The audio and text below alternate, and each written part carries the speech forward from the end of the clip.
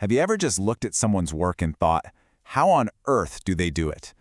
How do they produce such amazing things when the rest of us are drowning in distractions? Well, in this explainer, we're going to break down the science of that kind of deep concentration. And I promise, what you're about to learn could totally change the way you work. Forever. Okay, let's just kick things off with a number that's, well, it's pretty shocking. According to researcher Gloria Mark, the average knowledge worker, and yeah, that's you, that's me, we only focus on a single task for about 3 minutes. That's it, 3 minutes before an email, a notification, or even just our own brain interrupts us. And it gets worse, a lot worse. After every single one of those little interruptions, just a quick check, it takes over 23 minutes to get your brain fully back on track. Now just think about that for a second. The cost is staggering. You check your email 5 times in a morning, and you've basically wiped out your ability to ever reach peak focus. So here's the most important thing to get. This is not your fault. It's not a personal failure or a lack of willpower. It's a design problem.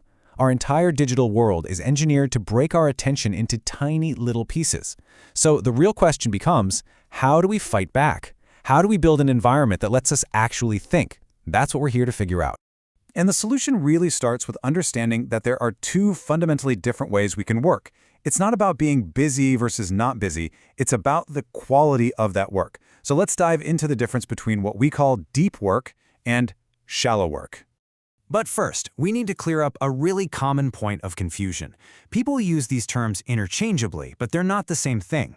Deep work is the method. It's the disciplined practice of blocking out all distractions to focus on something tough. Flow state, that's the experience. It's that magical feeling when you're so in the zone that time just melts away. So think of it this way.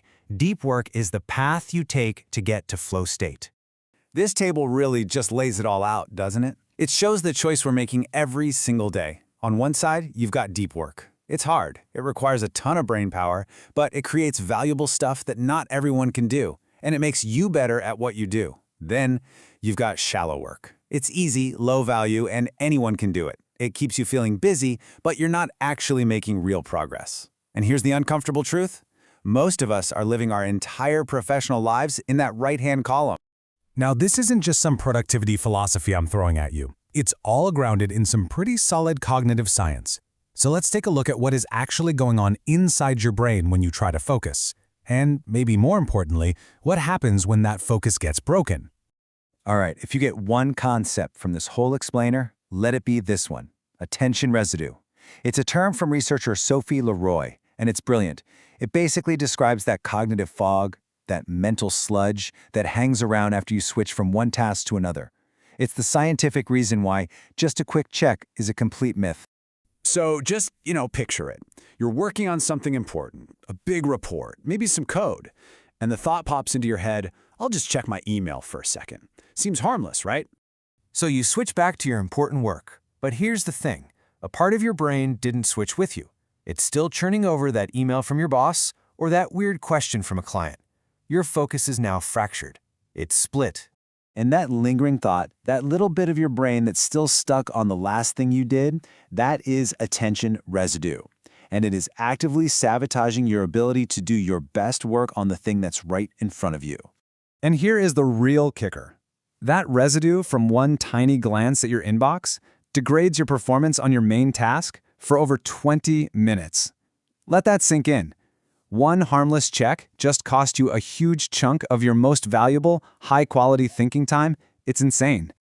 So, how do we get into that amazing flow state we talked about?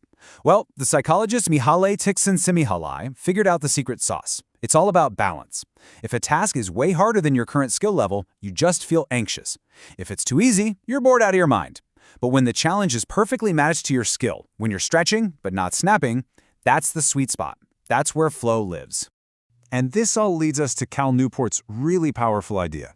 He argues that in our current economy, where basically everyone is distracted all the time, the few people who can actually cultivate the ability to focus without distraction, well, they have a superpower.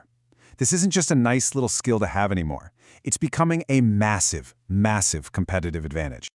Okay, that's enough of the theory. Let's get down to brass tacks. How do you actually do this? How can you start building this skill like today? Here are some strategies you can put into action right away. But first, let's just bust a few common myths, because most people get this wrong. First, deep work has almost nothing to do with willpower. It's all about designing your environment. Second, you don't wait for inspiration to strike. You create a routine that invites it. And maybe most importantly, you cannot do this for 8 hours a day. Nobody can.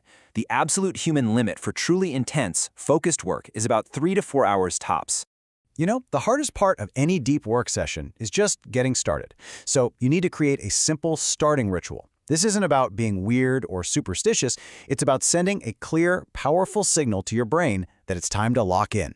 So clear your desk, set a timer, close every other tab and app, and then write down one simple sentence about what you're going to achieve.